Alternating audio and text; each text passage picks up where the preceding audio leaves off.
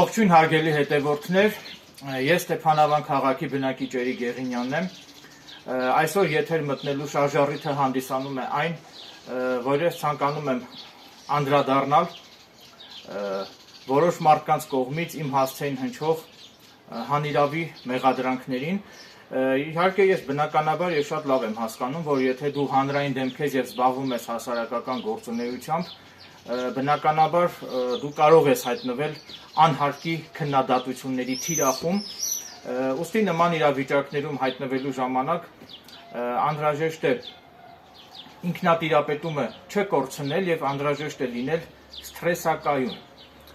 Եվ հիմա ես առաջնորդվում եմ այդ գաղափարախոսությամբ։ Եվ քանի որ ես հիմա հանրային դեմք եմ եւ զբաղվում եմ հասարակական հանրօգուտ գործունեությամբ եւ բնականաբար հասկանալի է արդեն, որ ես կարող եմ նաև հայտնվել անհարկի քննադատությունների թիրախում։ Ինչևիցե հիմա որոշ մարդիկ ինձ փորձում են մեղադրել, որ իբր թե ես YouTube-ով փող եմ աշխատում, գումարներ եմ աշխատում, ստիպված եմ եւս մեկ անգամ հերքել այդ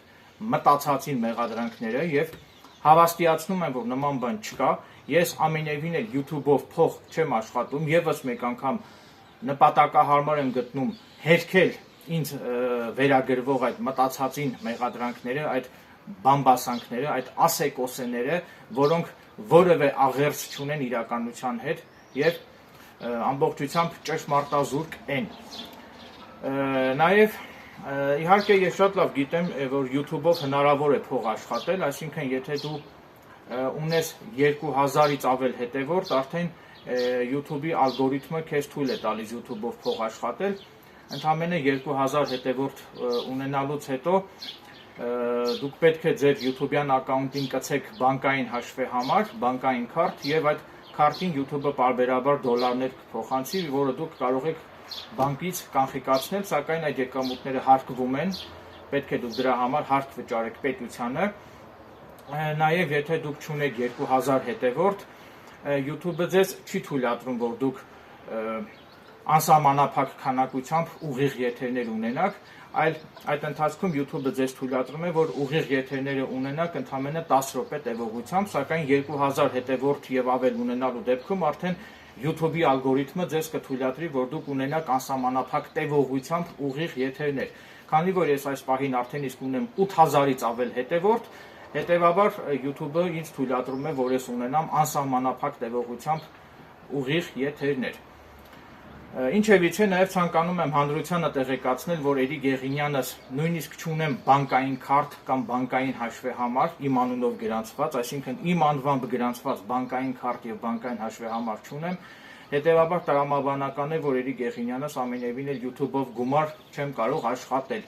Այլ ընդամենը ես պարբերաբար բարձրաձայնում եմ հանրությանը հետաքրքրող,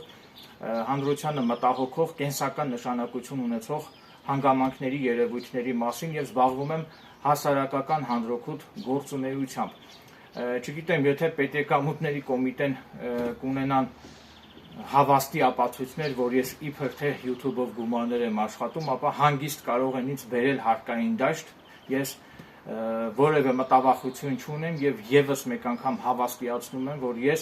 ամենևին էլ YouTube-ով փող չեմ աշխատում, այլ ընդամենը ես զբաղվում եմ հասարակական հանրօգուտ գործունեությամբ եւ պարբերաբար հրապարակայնորեն բարձրաձայնում եմ հանրությանը մտահոգող կենսական նշանակություն ունեցող իրադարձությունների եւ հանգամանքների մասին եւ այսուհետեւ նույնպես շարունակելու եմ զբաղվել հասարակական հանրօգուտ գործունեությամբ։ Ամփոփելով իմ դիտարկումները ցանկանում եմ հավելել նաեւ, որ նույն պետեկամուտների կոմիտեի ծառայողների մեջ էլ կան հենց կաշառակերներ, ովքեր որ պետության շահերը պաշտպանելու փոխարեն հենց իրենք են զբաղվում կաշառակերությամբ,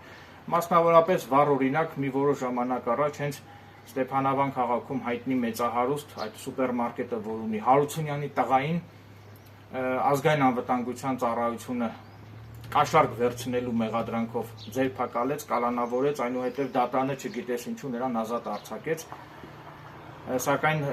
այդ գործով հիմա դատաքննություն է ընթանում եւ այդ մեծահարուստ Հարությունյանի տղան ինքը եղել է նախկին պետեկամուտների կոմիտեի աշխատակից եւ բացի իրենից Նաև մի խումբ անձանց նույնպես ազգային անվտանգության ծառայությունը ձերբակալել է կաշառք վերցնելու մեղադրանքով նույն պետեկամուտների կոմիտեի ծառայողների, այսինքն նույն այդ Հարությունյանի որդին է եղել, կարծեմ Կարենը անունը, Հարությունյան Կարենին եւ մի խումբ այլ պետեկամուտների կոմիտեի ծառայողների մի որոշ ժամանակ առաջ ազգային անվտանգության ծառայությունը ձերբակալել է, վնասազերծել է կաշառք վերցնելու մեղադրանքով։ Այսինքն ուզում եմ ասել, որ այնպես չի էլի, որ պետեկամուտների կոմիտեն շատ արդար մաքուր աշխատում է, նման բան չկա։ Պետեկամուտների կոմիտեի ծառայողների մեջ էլ կան կաշառակերներ, ովքեր որ պետության շահերը պաշտպանելու փոխարեն զբաղվում են կաշառակերությամբ։ Նույն նաև ասեմ, որ պետեկամուտների կոմիտեի ծառայողների ընտանիքի անդամները իմ ունեցած հավաստի տեղեկություններով զբաղվում են բիզնեսով, ունեն խանութներ, սակայն գնորդներին ՀԴՄ-ներ չեն տրամադրում, կրկնում եմ, պետեկամուտների կոմիտեի ծառայողների ընտանիքի անդամները ունեն խանութներ եւ գնորդներին ՀԴՄ-ներ չեն տրամադրում եւ ես առաջիկայում զբաղվելու եմ նաեւ այդ հարցով եւ բարձրաձայնելու եմ գնորդներին ՀԴՄ-ներ չտրամադրելու մասին։ Թերևս այսքանը, շնորհակալություն ուշադրության համար։